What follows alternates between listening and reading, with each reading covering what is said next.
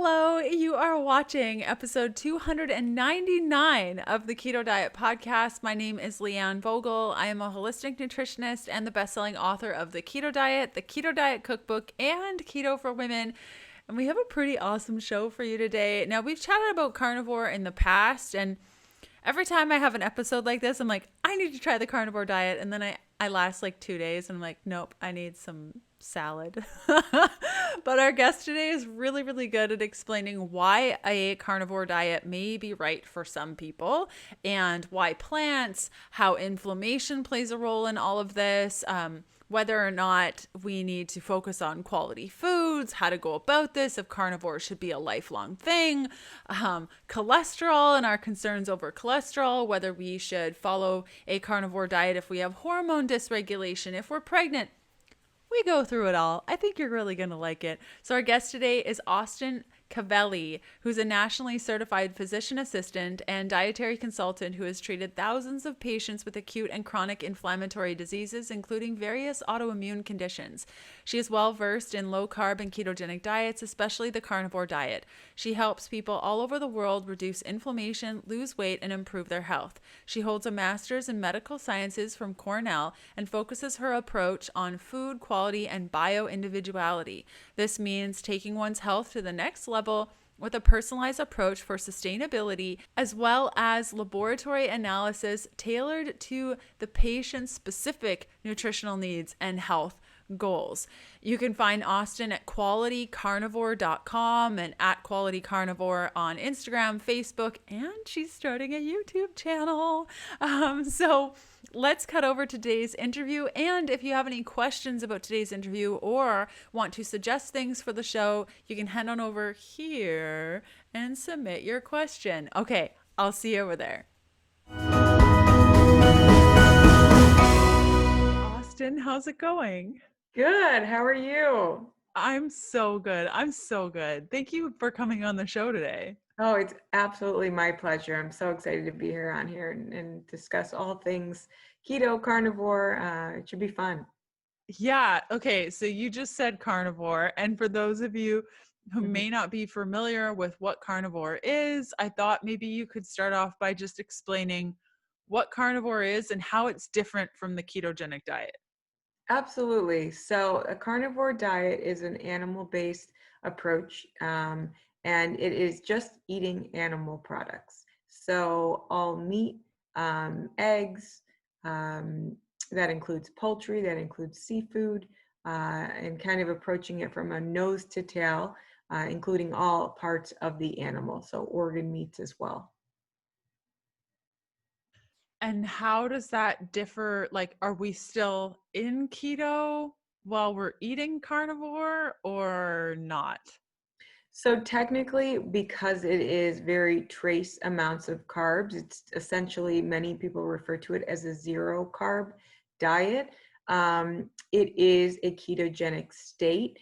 That being said, it does tend to be higher amounts of protein than a more standard ketogenic diet.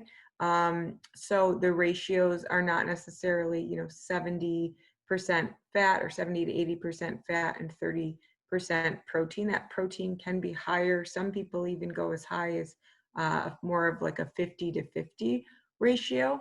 So it depends really on how you feel best, whether you want to continue with ketogenic ratios of more that 70 to 30 versus 60 to 40 versus 50 to 50.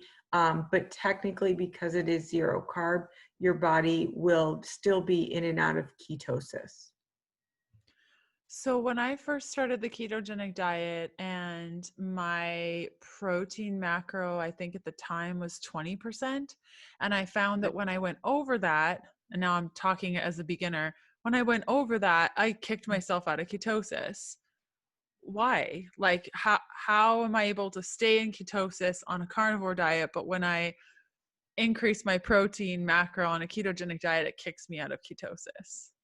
Yeah, so it really depends person to person. There is a concern, which if anybody looks kind of into the carnivore space, it's finding the big question is, what is that number for each individual as far as that that limit of protein? and what is going to cause gluconeogenesis, meaning you're using more of your protein as your fuel source versus using the fat sources. So I find that most clients, they really do feel better with higher fat. And when they do test the limits, like you said, of that higher protein going from even 15 to 20%, if they don't, their energy levels suffer a little bit. So it really, in terms of how people react and whether or not they're still in ketosis, that really varies from person to person. But it shouldn't be feared. Protein definitely should not be feared on a carnivore diet, because that is where you are getting kind of the bulk of your nutrients. So while we want to keep the fat higher to, if you want to stay in that ketogenic state, it's really important that you're making sure that you're getting enough nutrients in general, because it is so limited in the sense of the types of foods that you're eating as far as variety. Now, before you mentioned that certain types of meats contribute carbs to this eating style, could you talk a little bit about that and how that works? Yeah, so there are trace carbohydrates in eggs even, but for the majority, if you are going to get, and again, this is going to be, if you did a total, even if you ate organ meats every day, there are trace amounts in the organ meats, some of them more than others, but it would keep you less than 20 grams of carbs a day easily, probably even less than 10. And if you're doing 3-4 ounces of organ meats a day, which is generally what we'll recommend, you don't even have to do 3 to 4 ounces every day. You could do that every other day, generally 16 ounces per week. So again, you are getting trace amount of carbs. It's not truly zero carb, but the organ meats are the products that are going to have those trace carbs in them, and eggs. And so are those also the ones that the animal sources that you really rely on for nutrients, or like where did the nutrients come into it all? Like, Yes, of you know what I'm course. saying? So absolutely. So it's really, really important, of course, to be eating enough to make sure that you're getting nutrients, but also eating nose to tail is something that I very strongly recommend. And that is including those organ meats. They have a very wide spectrum of vitamins and minerals as compared to muscle meat alone. So even if you were to just choose one, I would say to start with beef liver. That is the most nutrient dense food on the planet per calorie. That is a fact. So if even if you aren't into eating brain or heart or kidney, these are things it's really fun to experiment with. But if you were just to choose one, the best bang for your buck is going to be beef liver. And so the liver is a detoxifying organ. And I'm just imagining people like going to the grocery store and picking up some liver and cutting it up and eating it. Should we care about quality when it comes to the organ meat, specifically liver, that we're eating? Yeah, so it's a big misconception that because your liver detoxifies, that it itself is holding in the toxins, but that is not true. Liver is that is not true of the organ itself in the sense of you eating it, consuming it, but in terms of quality of liver, I always recommend grass-fed, grass-finished if you can get it. The good thing about the organ meats, though, so if you are getting it from a grain-fed source, that they're very lean. So when you consider like muscle meat, eating grain-fed meats, that those toxins that are from the grains of that, from what the animal ate, actually deposit in the fat. So with organ meats, I'm less worried because they are leaner, particularly the liver. So if it is a grain-fed liver, not a huge deal. Of course, get what you can afford, get what you can find. Local sources are always best, and that's also where you can kind of ask those questions versus getting it at a supermarket. I find that it's easy to get chicken livers at a supermarket, and they're usually just denoted as kind of organic. I think it's Mary's organic chicken livers are pretty easy to find, like at Whole Foods. Beef liver is a little bit harder to find. So again, I always recommend going to eatwild.com. You can put in your zip code and find local sources, and ask those questions of whether it's grass-fed, grass-finished. But anything, doing liver just in general, you're one step up for sure. I don't know about eatwild.com. I'll have to check that out. That's great. Yeah, it's great. So it'll provide local sources, whether whether you're looking for chicken, beef, even vegetables are on there. And I believe it's the US and then Canada. They have both. So you can search. Great. Okay. Another one of the questions, and these are, maybe we'll get into like more technical things, but when I say carnivore, people are talking about the liver, they're talking about the quality. Another one is inflammation. You see studies that say that meat is inflammatory, and the keto folk are sort of like, yeah, like I eat meat, I feel pretty good, I'm testing my levels. But is eating that much meat inflammatory, or what's the deal with inflammation and meat consumption? So it is actually the most anti-inflammatory approach out there, because you're completely eliminating the phytochemicals from plant sources. So with regard to inflammation, I have seen incredible results in even short periods of time, just a couple weeks, as far as inflammatory markers that we look at in the blood, the highly sensitive C-reactive protein, HSCRP, ESR. Ferritin is another one, which looks at iron as well as your inflammation. But you do have to take it in context, in the sense of taking a look at your HSCRP and your ESR lab values and your ferritin, because ferritin alone can be high on a carnivore diet just because of the amount of iron that you are consuming. But yes, it is a very completely anti-inflammatory approach to diet. And for that reason, many people use it as an elimination approach, particularly those who are diagnosed with autoimmune conditions, diagnosed with cancer, chronic diseases, diabetes, heart conditions, stroke. There are underlying, even people who don't necessarily have a diagnosis, but they want to prevent inflammation and the contribution of inflammation to insulin resistance and later to chronic disease. So I have a range of clients where it's preventative to multiple autoimmune conditions, and I've seen amazing results. Since we're on that path of who it's good for, who it's not, and then I want to get back to the ferritin and the phytochemicals and the things. Yes. If somebody has a goal of weight loss, is getting on the carnivore diet a good call, or how does weight loss contribute to all of this? So many people do start the carnivore diet for weight loss. I do want to just warn people that, yes, if you're coming from a standard American diet, you'll see that kind of rush of weight loss because you're losing, again, it's anti-inflammatory. You see that initial water weight loss. Coming from more of a low carb diet to a carnivore diet, you don't see that as much.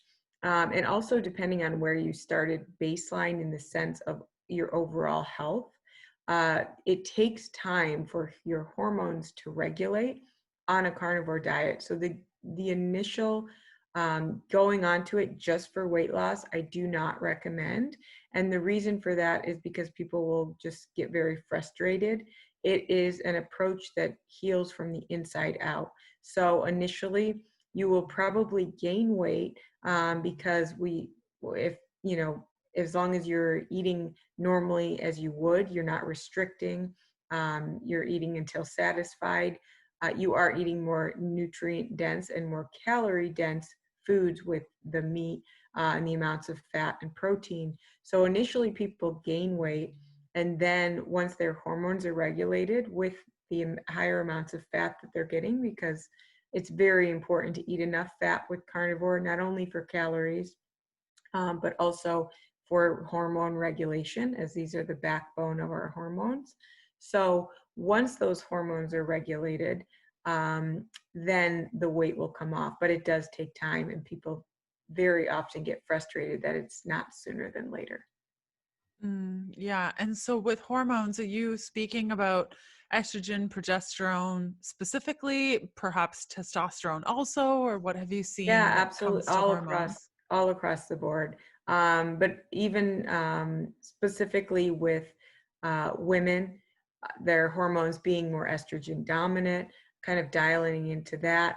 The thyroid we have seen levels of thyroid where your T3 level will be a little bit lowered on a carnivore diet. However, everything else remains pretty much the same as far as being in that normal range. So it'll down regulate initially, but then it usually goes back to normal.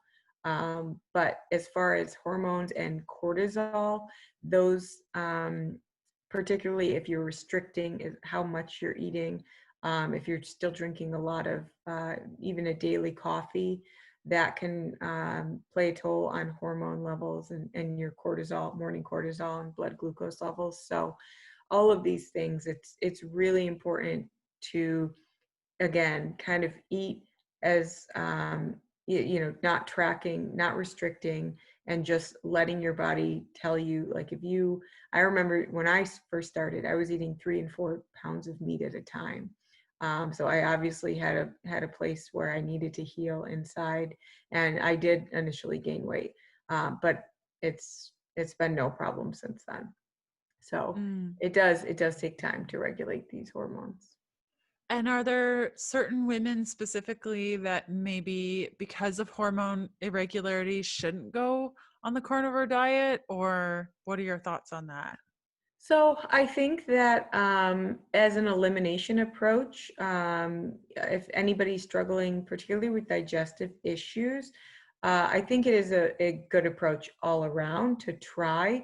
It's really a matter of should you be on it long term is the question, and how you do with it after, say, a 6-week trial of it. So I think that is definitely more of an individual basis. And okay, you mentioned the trial versus long term. I think you can go on YouTube and type in carnivore and it'll be like, I did carnivore for 30 days Yeah, and I did carnivore for 2 weeks. At what point, like what's the effective time and what are you hoping for? Like what's the experience that you hope to achieve on your carnivore diet, and are you staying on here long term? I guess it's case by case, but can you kind of give right. some idea, because I think you can equally go on Instagram and see people that have been doing carnivore for 5 years. And you're like, Right. is that necessary? Like, how am I Yeah. never going to eat a sweet potato ever again? Right.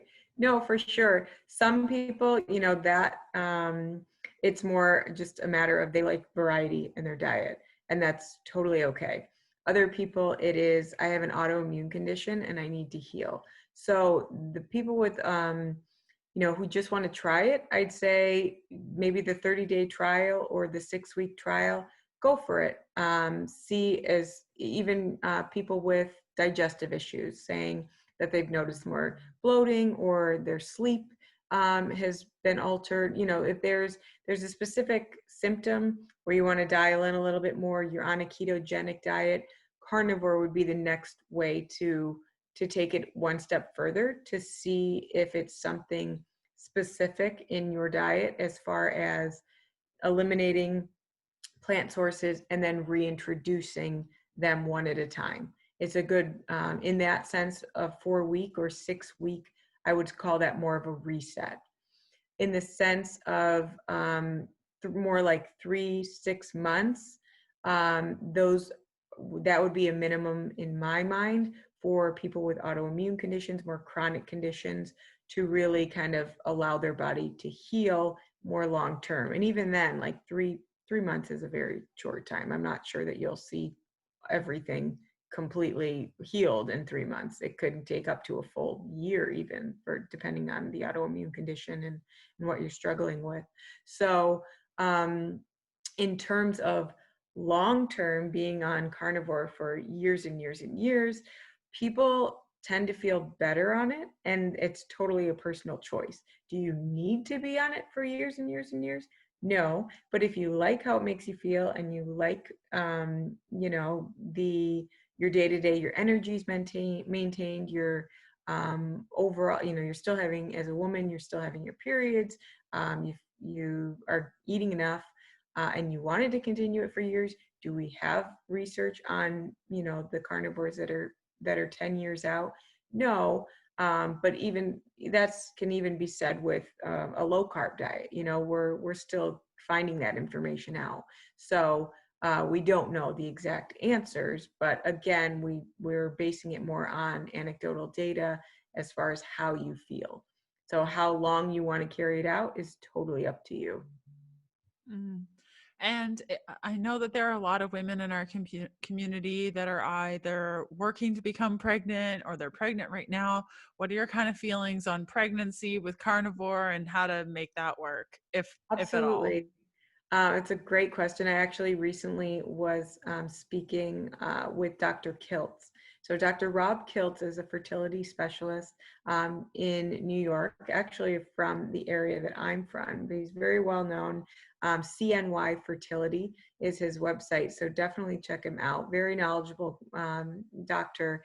And he actually recommends what he calls the baby diet, which is BEBBI.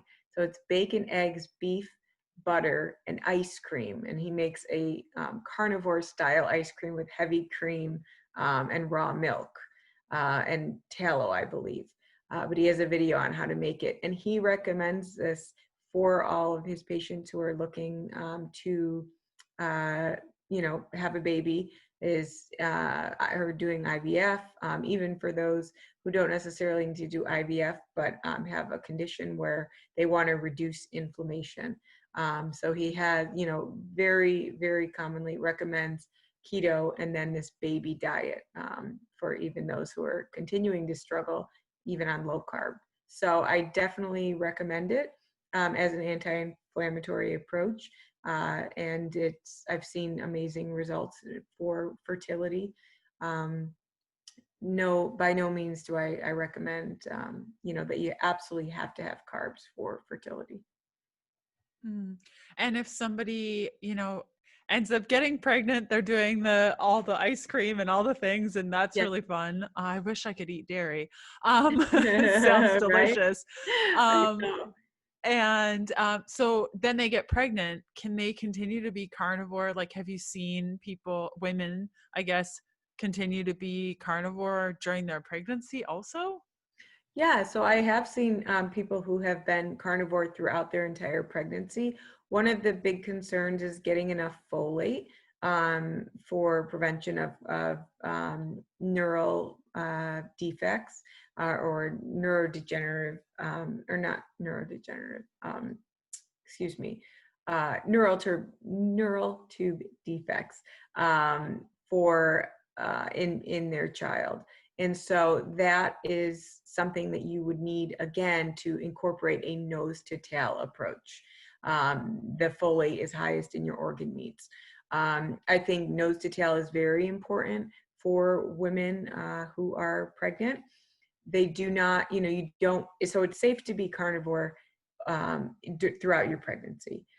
Do you have to remain carnivore after? Not necessarily. But again, I think it's even going keto for your pregnancy. I think the benefits that we're seeing is that it's lower carb and that it is anti-inflammatory. So do you have to be carnivore?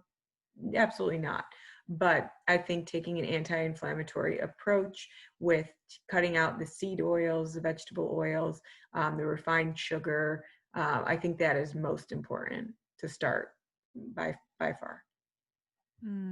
So earlier you mentioned ferritin. Can we chat a little bit about that for people that are low in ferritin? Do you feel like a carnivore diet could be helpful? Because I know I have a lot of people, including myself, who have low ferritin levels, Yeah. and a lot of people in my community ask me about this also. Absolutely. So I think incorporating more red meat is definitely a way to start. And also, the organ meats are very, very high in iron. So getting those, the most rich one, I believe, is spleen. I don't quote me on that, but spleen is definitely high in iron. It is also a difficult organ to eat, though, in the sense of texture, because it does have a membrane on it. So people who have iron deficient anemia, I will often recommend that they try spleen, but really you can't go wrong with any of the organ meats. They're all pretty high in iron. So that will be helpful for ferritin levels, in addition to just eating more steak. And so a couple people might be thinking, well, I can get iron from spinach. Yes. So what's the So difference? Can that we go is through such a that? common, yes, a very common question. In fact, my sister recently, she had a baby, and they said, "Yeah, you're low in iron," and that's exactly what she did, was go and buy bushels and bushels of spinach. The one thing that I, obviously have concerns for with high amounts of spinach or oxalates, but in the sense of speaking about iron.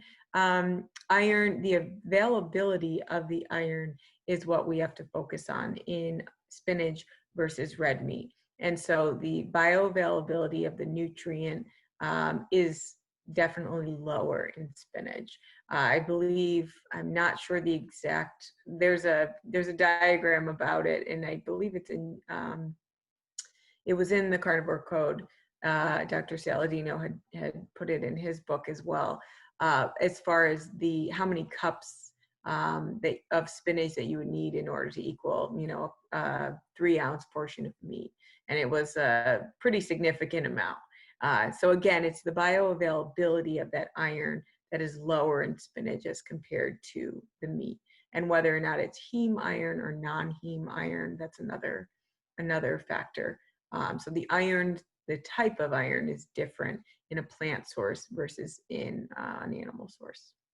And less available. Then you got to match it with the vitamin C, and it's still not as good, Exactly. and the whole song Yeah, and dance. there is another study to make a point of it, is also, what you're eating these meats or what you're eating these foods with will affect the availability and how much you actually absorb. So I believe Judy Cho had put this on her Instagram. She's a nutritionist and has some great resources. She's coming out with the book soon, The Carnivore Cure.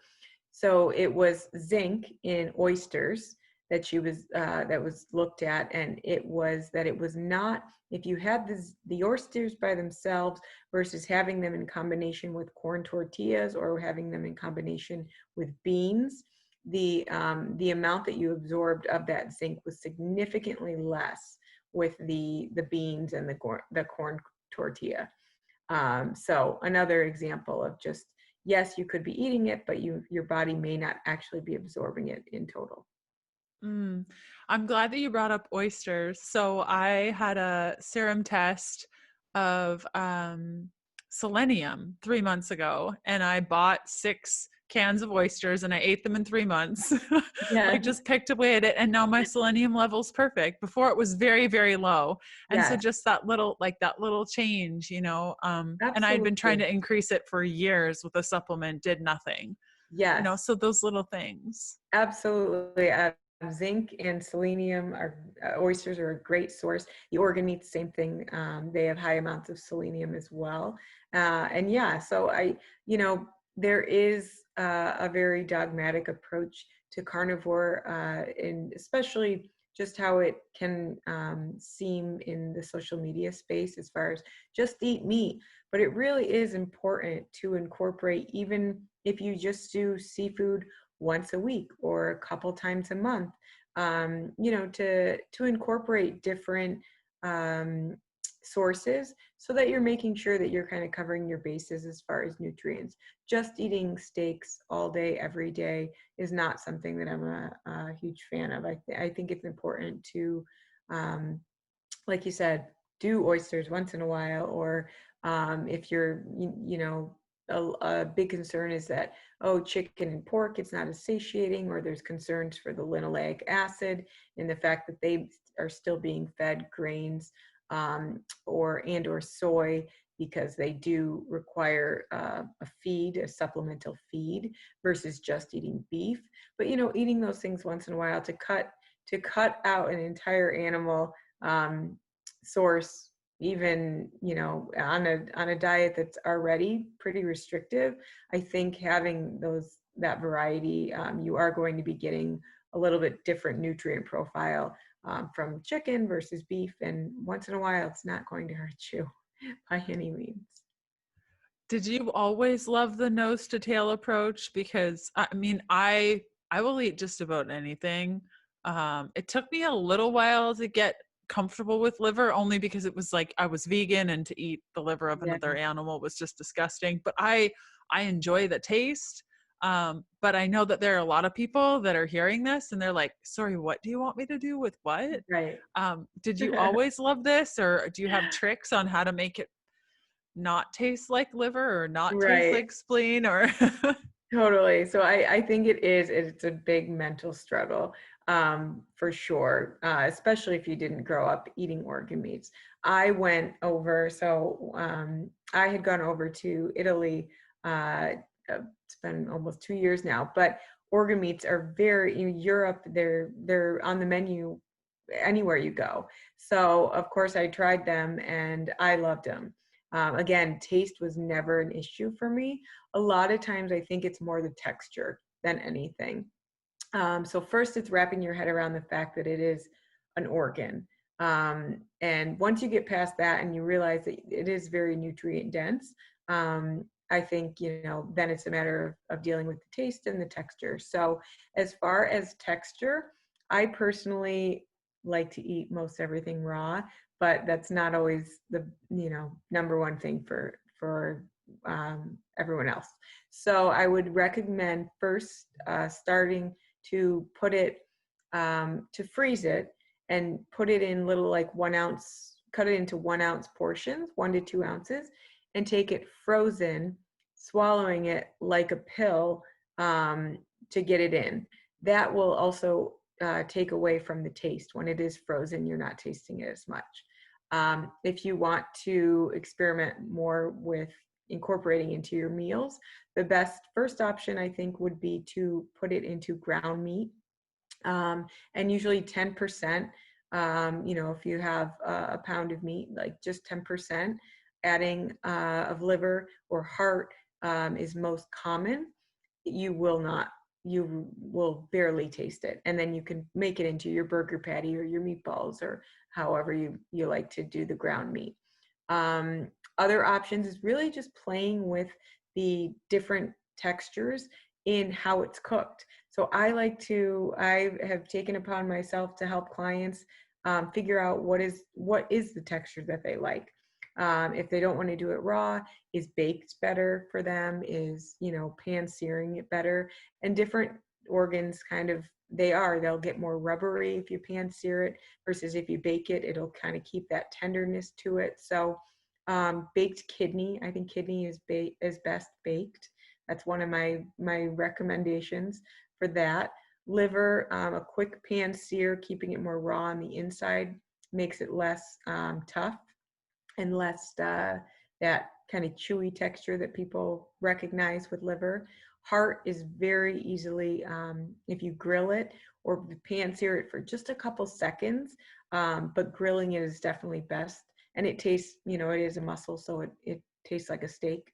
Heart is the most mild. So if you're really, really struggling with the liver, with the kidney, start with beef heart. I think that would be a great place to start. I've not had beef heart, and I have 4 in my freezer. And I was thinking tonight would be a great night after we record to have some beef heart. Very appropriate. Definitely. If you have a grill, or again, very lightly pan searing, I'm talking like seconds because because of that, similar to a steak. If it's too long, it gets tough. Mm. So And did I hear you say that you eat these things raw?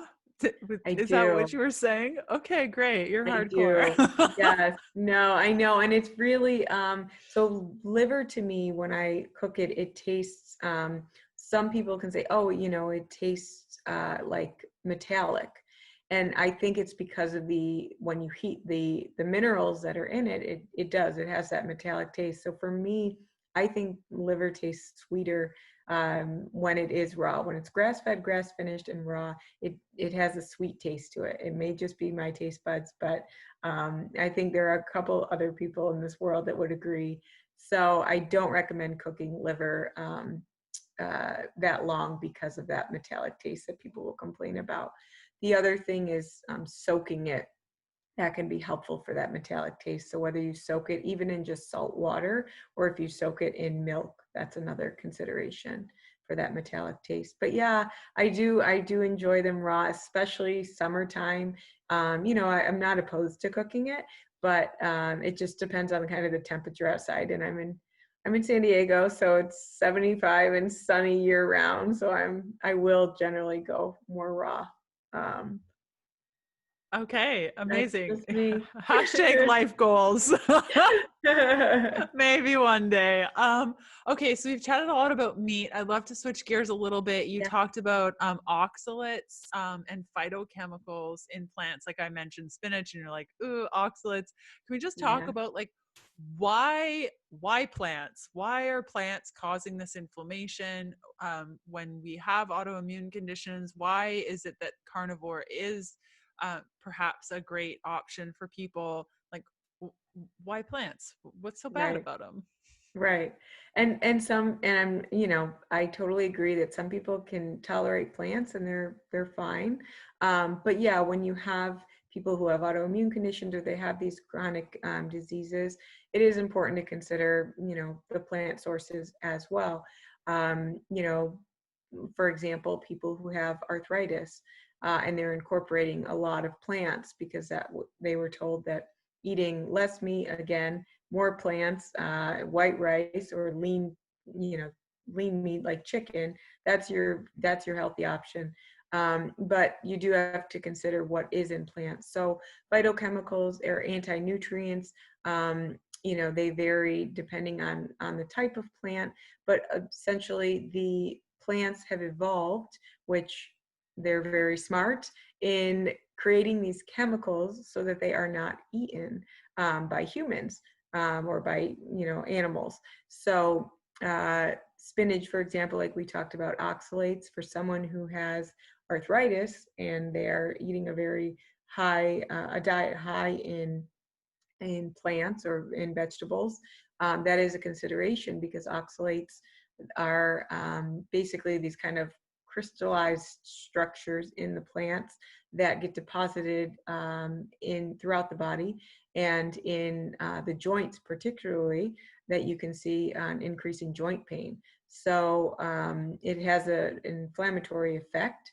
And it's something that we need to kind of eliminate. So with the carnivore diet, that's important to again kind of dial in and see, well, to what degree is this the arthritis, or is it something that we can improve as far as inflammation with the diet and removing those high oxalate sources.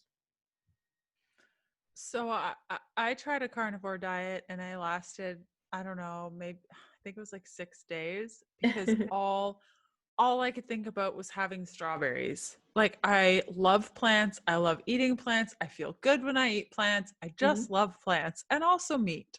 But is it kind of an all or nothing thing, or kind of where do we find the balance in all of this of like, Right. can I do carnivore for a couple of days? Is it normal to feel all I want is strawberries a couple days in? Like, can you just walk us through that experience? Yeah, so I think again, it depends on the person. For someone who really needs to dial in and, like an autoimmune condition, I think using it as an elimination approach and sustaining it for weeks or months to just cut back on inflammation in general is really important. But for those who, want to have a little bit more balance and want to have a little bit more variety, incorporating plants is not a bad thing. I think it's most important to focus again on sourcing, which is kind of why I've gone with Quality Carnivore as my business, because I think quality, no matter what food you put in your body, it should be the best quality that you can afford, the best quality you can get your hands on. So with that, making sure that if you are going to incorporate plants, or you kind of cycle in and out, whether it's with the seasons or just, some days are more meat heavy versus other days you are just feeling like having a salad, that's totally okay. It's just a matter of making sure that, you're getting it organic, that you don't have the pesticides, you don't have the antibiotics, you don't have the concern for hormones, even in your meat, because those are the things that are inflammatory. Again, even with poultry, you're looking for the kind of corn-free, soy-free options as far as supplemental feed. But yeah, with the plants, there are some that are less toxic than others in the sense of the nutrients. But I also strongly believe, even on a carnivore diet, there's certain days where I'm completely craving eggs versus, meat. And there's a reason, I believe that there's something in eggs that, maybe I'm deficient in at that time. So similar to you having this craving for strawberries, maybe it's, that your vitamin C levels were lower at that time. So we do have to kind of listen to our bodies and find that balance of what is going to make me feel good, what is it that my body needs, making sure you're getting all of those nutrients and sourcing it from the best possible source. A common question that I've heard a couple of times is the concerns around the microbiome and just your overall gut health. A lot of people say in order to have a balanced gut, you need the fiber, and that feeds the microbiome. Can we chat a little bit about gut health and the concerns that one might have when looking at the carnivore diet? Yes, absolutely. That was part of the reason I personally went from keto to carnivore. I was still struggling with some gut issues, particularly chronic constipation. So one of the biggest questions that people are, if it's not about cholesterol and their heart health, it's about pooping. So that is such a big concern on a carnivore diet, because there is no fiber. It is essentially a zero fiber diet. So I have found in myself that actually bowel movements are completely regular now. I've dealt with chronic constipation my entire life. But for other people who, that's a question. Will your microbiome, be deficient by not getting those plant sources, not having that roughage, not having that fiber? And that is from studies that we've seen, you do not need fiber in your diet. So that is a false concept, in the sense that having zero fiber, that your microbiome will suffer. Like I said, I've seen the complete opposite in me. So there isn't a concern for no fiber. That being said, some people, when they do go to a carnivore diet, and even people long-term, they do have to kind of find that balance.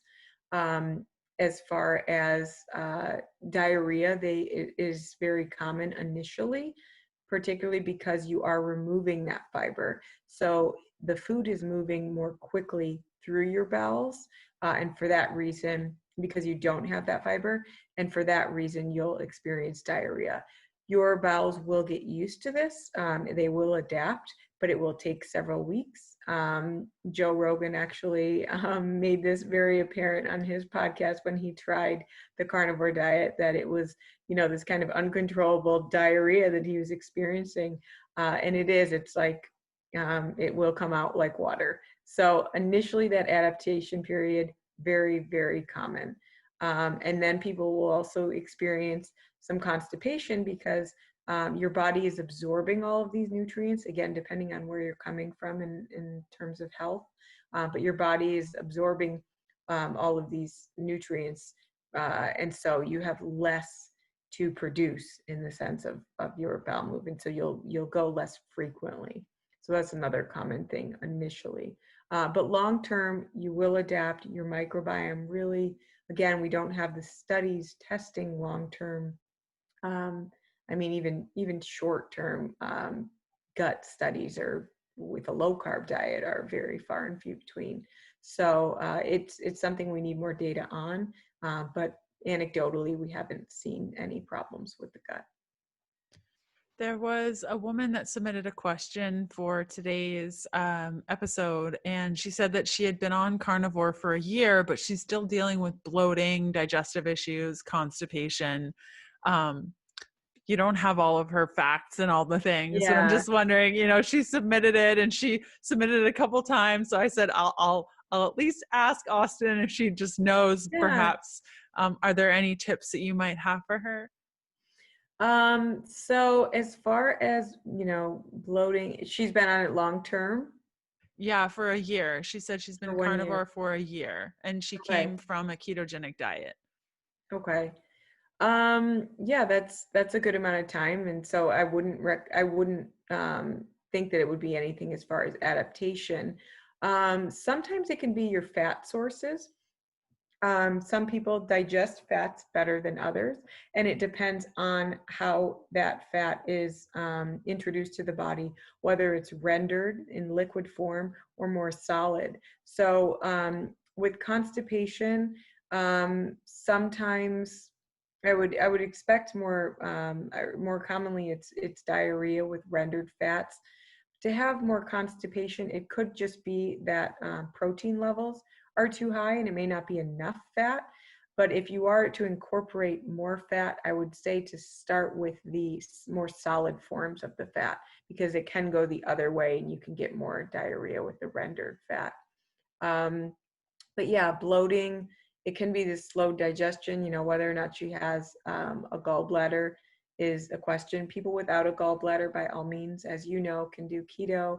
By all means, they can do carnivore as well. But there is, some people do better by supplementing with like ox bile, bile salts. So that's a consideration as well. But yeah, I have seen kind of chronic constipation or chronic bloating with people who their protein levels may be too high. So that would be my first thought. And is dairy on a carnivore diet? Like, could people be dealing with dairy issues on carnivore ever? Yeah, absolutely. So that's another concern. If she is, if that person particularly is consuming dairy, that can also contribute to that bloating and constipation.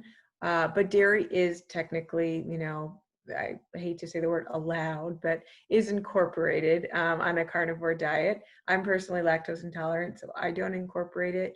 And some people find it triggering still because it does kind of give you that dopamine hit, that lactose, even a little bit of sugar in it. People can still be sensitive to that. So they'll get rid of the dairy, whether it's a weight loss goal or just that they find that it's triggering and they, once they start cheese, they can't stop. So it's a personal choice, but it is an animal product. So it is technically considered a carnivore. Yes. A carnivore, yes. Yes, the I carnivore, like yes. that. I hate the yes and no food. I It should be, know. really what makes you feel your best, but it is on the yes list. Yeah, I like it. And you did mention a little bit of cholesterol. I'd love to kind of pick your brain on both ends of the spectrum. So a lot of our listeners are either concerned about cholesterol being too high and all the concerns, but then there's another group because a lot of women that follow the Keto Diet Podcast and Healthful Pursuit are coming from a amenorrhea, low hormones, low cholesterol, low triglyceride situation. So I'd love to kind of tackle both when it comes to the carnivore diet and whether it matters.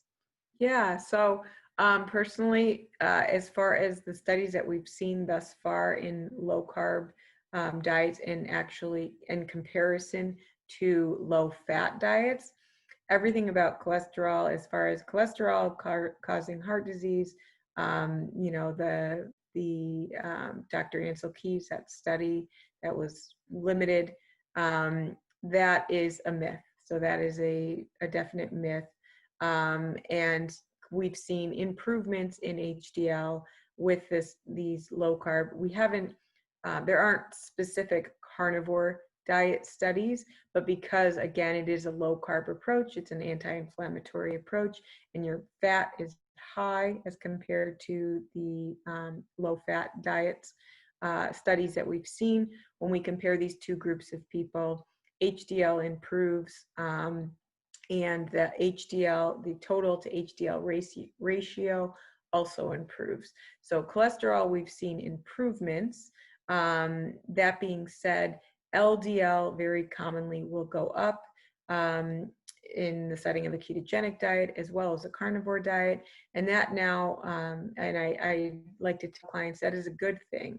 These are your vehicles to get the fat to the different parts of your body. So if that didn't happen, I would be concerned. So I want to see that your LDL goes up. And, I want to see that you're getting off these statins that are just giving you those numbers and potentially other side effects long term. This increase in LDL is nothing to be feared by any means. Amazing. Wonderful. Austin, where can people find out more from you, perhaps work with you? Tell us all the goods. How do they connect Yes, with you? absolutely. So I work with clients one-on-one. Really, my main focus is diet, whether they're coming from a standard American diet, wanting to go more keto, versus carnivore, whether it's weight loss goals, healing an autoimmune condition, or again, just preventative in the sense of anti-inflammatory. But I do like to meet patients where they're at in their lifestyle, in their diet, and make it a long-term sustainable approach. So I believe it's very bio-individual. It should not be dogmatic by any means. So if you'd like to work with me, I offer formal consults. Also looking if people have gotten lab work and they just want to go over their lab work and have it explained to them, because their primary care doctor is saying, "Oh my God, your cholesterol, we need you to be put on a statin immediately." That's another service I provide, even Q&A sessions. And so you can find me at qualitycarnivore.com. I have a form on there. Feel free to write in any questions. I'm on Instagram at Quality Carnivore as well as Facebook. I'll be starting a YouTube channel in the near future. I'd really like to get people on hearing about their particular stories. So even if you have a great story of how a ketogenic approach or a carnivore approach has really changed your life, I want to hear about it. I think sharing these stories and just getting the word out is most important in this space. So yeah, that's all. That's all where they can find me. Get in touch with me. All the things. Yes. I like it. And I will include all those links down below if you're watching this on the YouTube video or in the show notes for the podcast episode. And Austin, thank you again for coming on the show today. Thank you for having me. I hope I didn't rant on too much. I hope I answered questions. And again, if you have any additional questions, feel free to reach out to me. I hope you really, really enjoyed today's episode. Thanks for hanging out with us. Again, you can follow Austin using the links down below, and you can subscribe to my channel right here and just click the little bell so you're notified every week when a new podcast episode goes out. If you have a favorite podcast player or you're on the move and you want to listen to me on the go, you can just search for the Keto Diet Podcast on your favorite player and I'll pop up there. Otherwise, I will see you in a couple of days for another video episode, and I hope you have a great rest of your week. Okay, bye.